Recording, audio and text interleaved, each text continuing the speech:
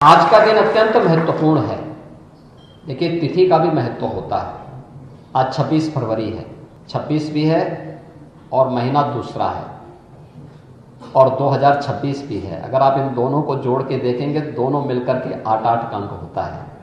ये दोनों चीजें दिखाती है कि हमारी पहल एक सकारात्मक है, आगे बढ़ रही है। भारत और जापान के संबंधों को ये दोनों महत्वपूर्ण प्रांत मिलकर के एक नई ऊंचाई तक पहुंचाएंगे और उस पहल के लिए मैं यामानाशी के माननीय राज्यपाल का, उनकी पूरी टीम का हृदय से आभार व्यक्त करता हूं।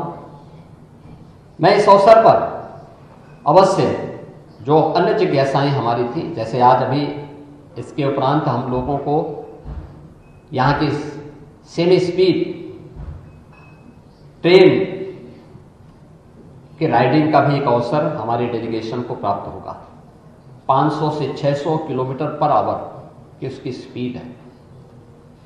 हमें यहाँ के रोबोटिक सेंटर को भी देखने का अवसर प्राप्त होगा, क्योंकि रोबोटिक आज की इमर्जिंग टेक्नोलॉजी है और इस वर्ष उत्तर प्रदेश सरकार ने अपने बजट में रोबोटिक के लिए एक सेंटर ऑफ एक्सीलेंस के लिए भी हम लोगों ने धनराशि की व्यवस्था की है कि इस दिशा में हम उस सोच को और आगे बढ़ाएंगे जो आज की आवश्यकता है। और साथ ही साथ यहाँ पर अन्य एग्रो ग्रीन से जुड़ी हुई कुछ अन्य प्रोजेक्ट को भी हमें देखने का अवसर प्राप्त होगा। मैं यामानाशी के उज्जवल भविष्य की कामना करता हूँ और विश्वास करता हूँ कि जापान गवर्नमेंट, यामानाशी की गवर्नमेंट इसी प्रकार से प्रोएक्टिव होकर के जापान को एक विकसित जापान की दिशा में जो उनकी पहल है, वह पहल न केवल जापान की दिशा से बल्कि विश्व मानवता की दिशा से एक पहल आगे बढ़ सकती है। ऊर्जा में आत्मनिर्भरता के लक्ष्य को और तकनीक को सर्वसामान्य तक पहुंचाने के इस अभियान के क्रम में एक बड़ी महत्वपूर्ण भूमिका का निर्वहन कर सकती है।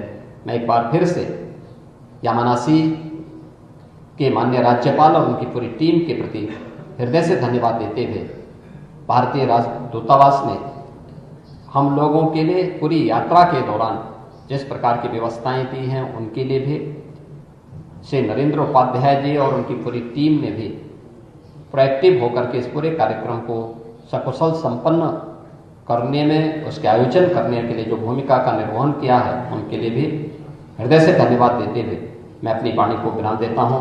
धन्यवाद। जय हिंद।